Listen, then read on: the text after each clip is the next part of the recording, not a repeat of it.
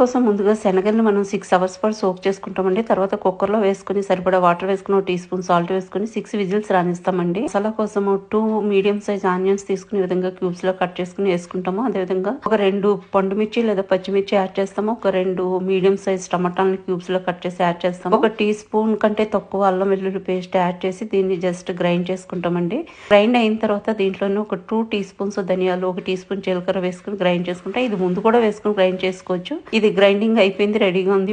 బాణలు పెట్టేసుకుని ఇలాచి 4 లవంగాలు, ఒక టీ స్పూన్ జీలకర్ర, దాల్చిన చెక్క, కరివేపాకు వేసుకొని మనం గ్రైండ్ చేసుకున్న పేస్ట్ వేసుకుని దాంట్లో మనము రుచికి సరిపడా సాల్ట్, ఒక హాఫ్ టీ స్పూన్ పసుపు, 1 టేబుల్ స్పూన్ కారం వేసుకున్నాము. ఇదే మూమెంట్ లో ఒక half teaspoon garam masala, chole masala వచ్చేసి 1 tablespoon, 1 teaspoon kasuri methi, half teaspoon చక్కెర వేసుకుని ఈ మసాలా అంతా మంచిగా ఉడకనిస్తామండి. తర్వాత మనం బాయిల్ చేసుకున్నటువంటి శనగలను యాడ్ చేసేసుకుని పప్పు గుత్తి సగం మ్యాష్ చేసుకుంటాం అనమాట. మంచి థిక్ కన్సిస్టెన్సీలో మనకు చోలే కుదురుతుంది. కొత్తిమీర స్ప్రింకిల్ చేసుకుని ఒక 5 to 10 మినిట్స్ లో టు మీడియం ఫ్లేమ్ లో ఉడకనిస్తే మన చోలే మసాలా రెడీ అయిపోతుందండి. ఇంకా దీని కాంబినేషన్ లో పూరి గానీ, చపాతీ గానీ, పుల్కా గానీ, నాన్ గానీ, రోటీ గానీ, ఎనీథింగ్ అని దేనికైనా సరే సూపర్ కాంబినేషన్ అని చెప్పుకోవచ్చు ఈ చోలే మసాలా. ఇంకా మనం వడ్డించేటప్పుడు ఆనియన్ పీసెస్, లెమన్ పీస్ తో వడ్డిస్తే సూపర్ గా ఉంటుందండి. చాలా ఎంజాయ్ చేస్తారు.